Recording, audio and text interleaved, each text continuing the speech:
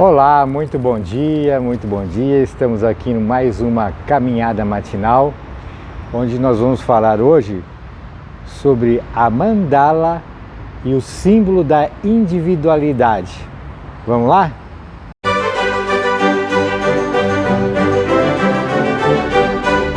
Bom, nós já falamos aqui sobre a individualidade várias vezes usando como símbolo a mandala.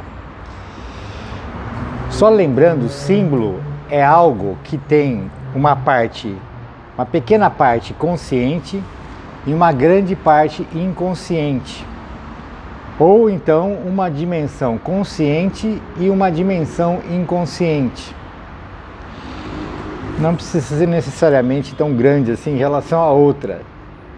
Mas ela tem essas duas dimensões. Nós costumamos assim fazer uma referência, usar como símbolo também, para falar de símbolo, o iceberg, a pontinha do iceberg que está para cima, que a gente poderia dizer que é a parte consciente, que nos é consciente, é só um pedacinho do iceberg, e para baixo temos uma grande parte que seria inconsciente. Então, nós estamos usando a mandala como símbolo. Então a mandala, ela não é só aquela forma geométrica que nós queremos dizer, não se restringe somente àquela forma geométrica, que é um círculo com ponto no centro. Mas ela tem uma simbologia, um significado mais profundo, que parte é consciente e que parte é inconsciente. Então vamos ver aqui no nosso dicionário junguiano o que o Jung fala, o que o autor do dicionário, que é o Pieri,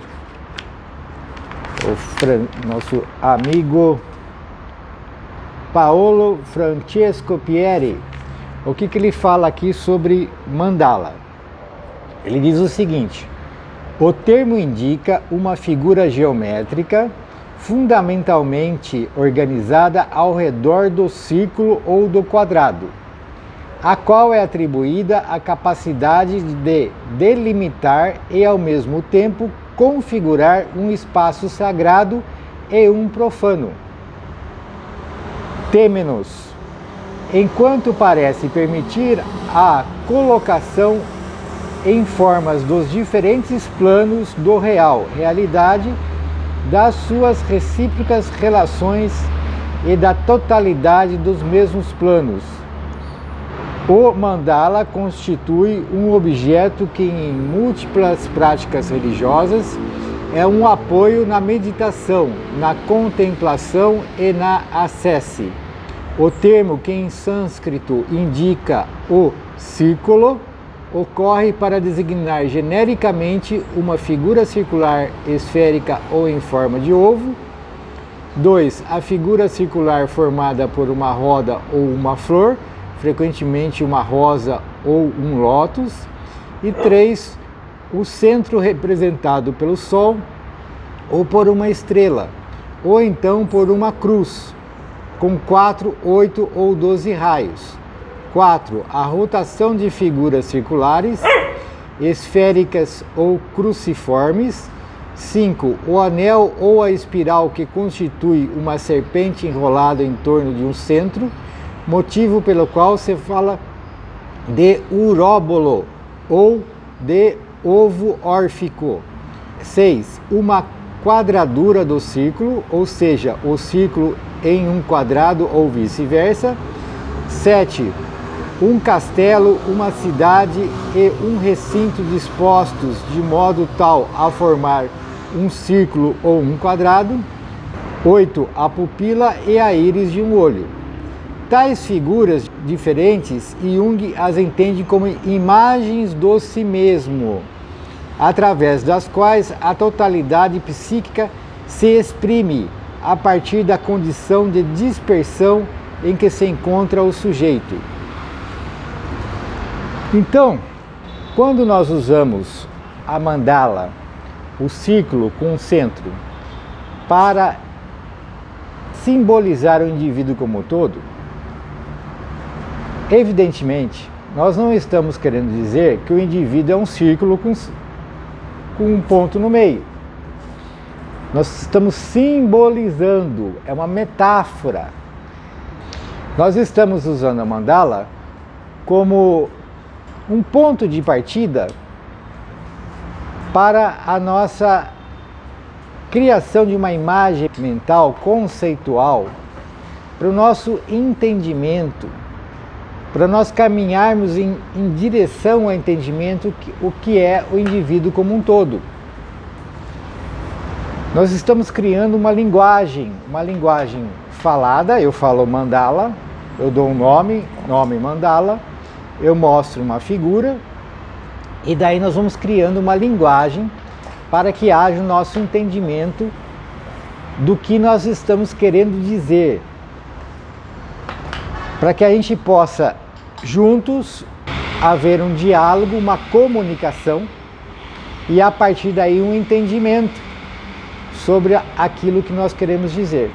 Então, a função da mandala aqui no nosso caso não é a mandala em si, não é a gente restringir o nosso entendimento à própria mandala, ao próprio signo, mas sim a nossa comunicação, o nosso entendimento, para que nós, como profissionais, terapeutas, psicomotricistas, possamos entender, nos entender do que nós estamos falando e a partir daí entender melhor o nosso aluno, o nosso indivíduo, o nosso assistido, para que a gente possa melhor ajudá-lo no seu desenvolvimento.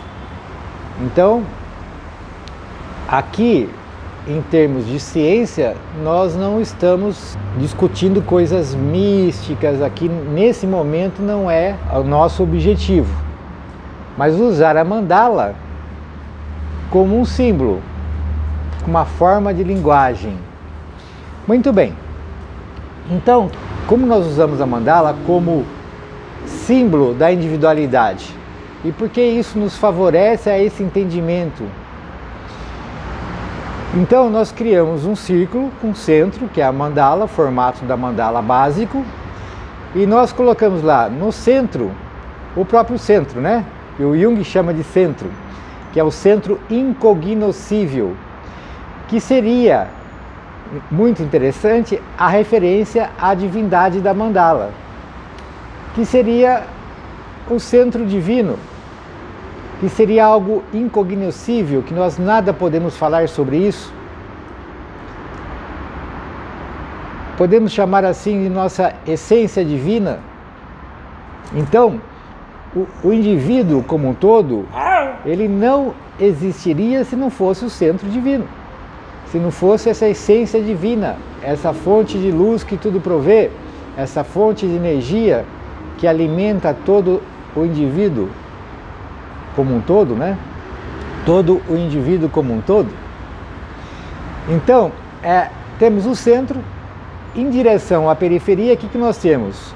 O self, o inconsciente coletivo, inconsciente pessoal, o ego e o corpo. Então isso seria o símbolo do indivíduo, que nós usamos a mandala para nos expressar.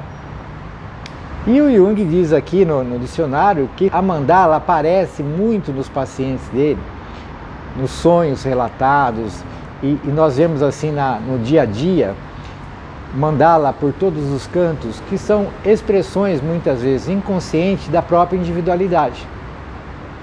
Então, muitas vezes nós podemos usar a própria mandala como forma de autoconhecimento, na medida que, por exemplo, nós pegamos uma figura de uma mandala e pedimos para o nosso aluno pintar a mandala.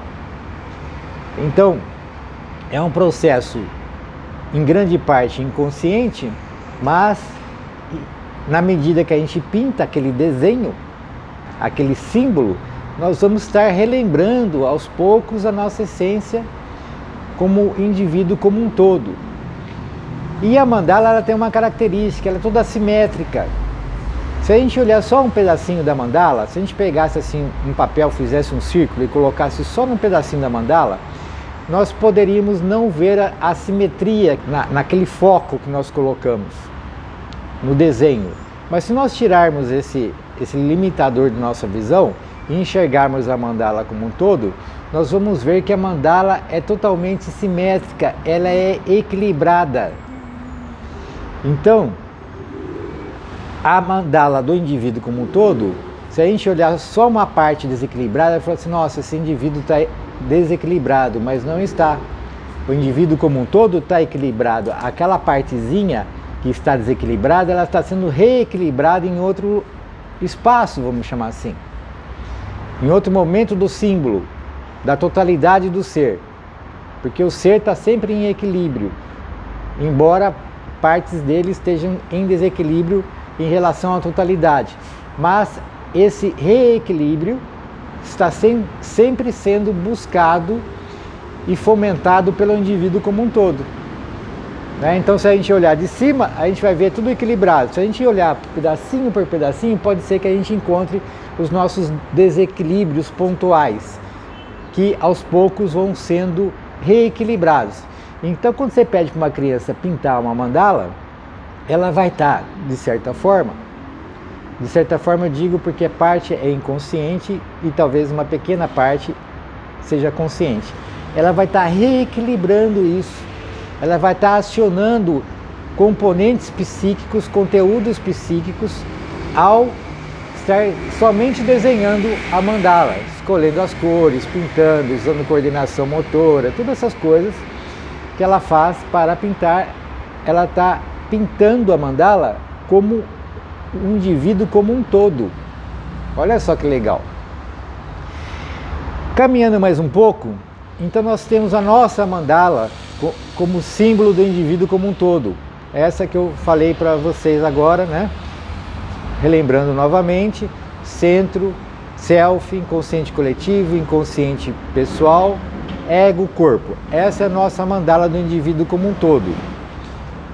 Aqui é o nosso amigo aqui, Murray Stein. Minha pronúncia está péssima, mas vamos lá.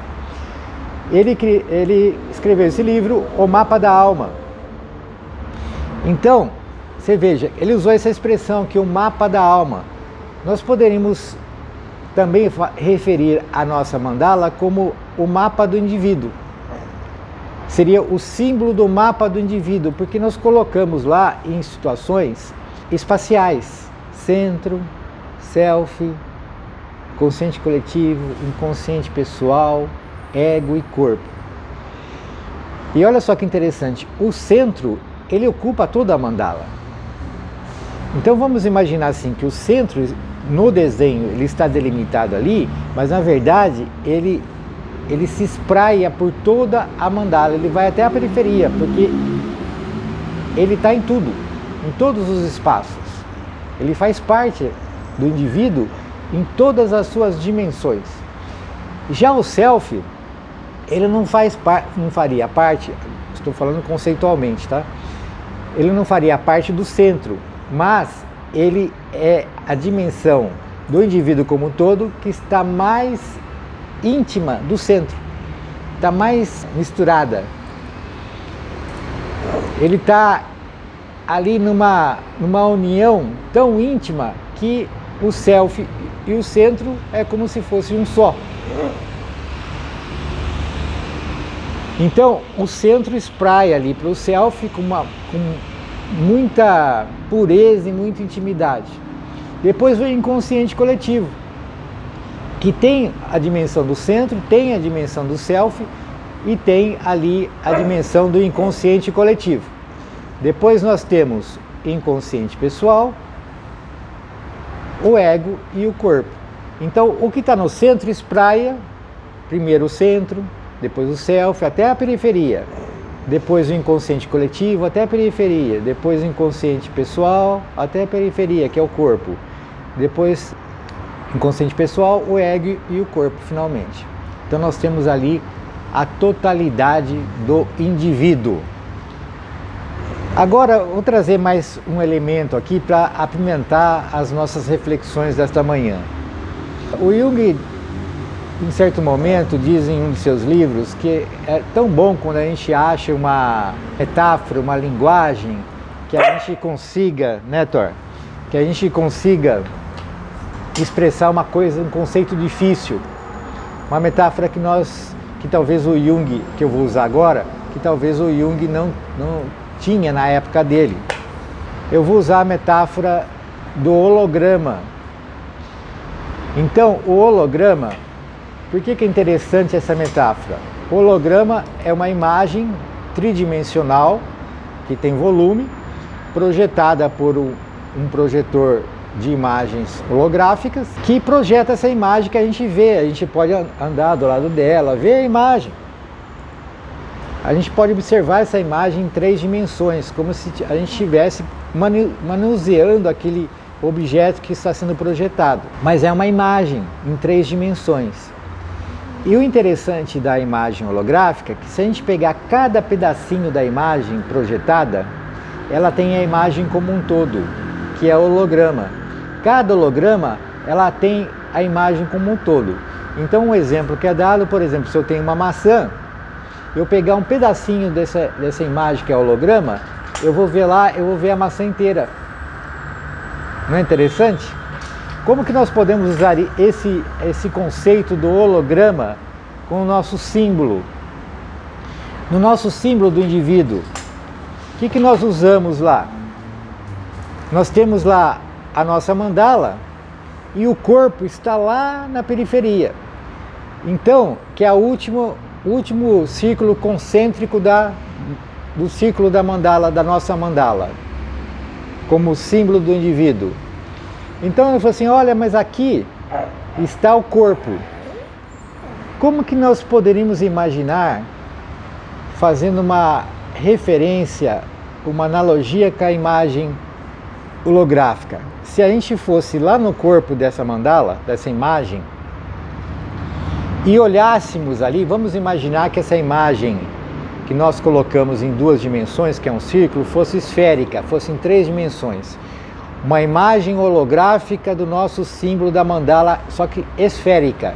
Nós temos uma esfera, que no centro está o centro, depois o self, e depois ela vai se ampliando, inconsciente coletivo, inconsciente pessoal, ego e corpo. O corpo está na superfície da esfera, da nossa esfera holográfica, da nossa imagem holográfica do indivíduo como um todo, essa esfera em 3 dimensões. Se a gente olhasse lá no corpo, que é a superfície da esfera, o que nós viríamos ali? Se eu pegasse só um pedacinho, nós veríamos essa estrutura como um todo. Nós veríamos cada célula, se a gente pode chamar assim, cada célula holográfica do corpo, nós veríamos o quê? Nós veríamos o centro, o self, o inconsciente coletivo, o inconsciente pessoal, o ego e o corpo. Olha que bacana! Então, todo o espaço preenchido por esse símbolo, que seria a imagem holográfica do indivíduo, nós veríamos essa célula holográfica que contém todas essas dimensões. Legal, né? Agora vamos imaginar o nosso corpo como uma imagem holográfica da nossa individualidade. Então cada célula do nosso corpo, cada pedacinho, cabelo, da pele, os órgãos, tudo, o que teria nessa célula do nosso corpo? Seria o corpo, o ego, inconsciente pessoal, inconsciente coletivo, o self e o centro. Porque o nosso corpo seria a projeção, a superfície da projeção da imagem holográfica da nossa individualidade. Olha que bacana, isso pode nos ajudar muito no nosso entendimento e nosso aprofundamento de como funciona esse sistema do indivíduo, esse indivíduo interagindo com o universo, com o planeta, com a galáxia, com o universo. Poderíamos usar esse mesmo termo holográfico, esse mesmo conceito, como fractal. que eu já tenho falado alguma coisa sobre fractal. A personalidade como fractal do indivíduo como um todo. Poderia dizer a personalidade como um holograma do indivíduo como um todo. Mas é isso aí. Acho que já foi bem bacana hoje, né? Já tem bastante coisa para a gente pensar aí. E espero que você deixe seus comentários, porque esse papo psicomotor aqui é um bate-papo. Então, se não tiver seus comentários, a gente fica faltando um pedaço aí, tá bom? Espero que você tenha gostado, fique com Deus, até mais, tchau, tchau. Agora eu quero saber de você, quais foram as suas conclusões e reflexões? Deixe a sua resposta aqui nos comentários. Se você gostou do vídeo, dê seu like, compartilhe nas suas redes sociais e não se esqueça de visitar o nosso site psicomotricidadepositiva.com.br e conhecer o nosso curso Como Prescrever Atividades Psicomotoras. Por enquanto é só, ficamos por aqui, muito obrigado.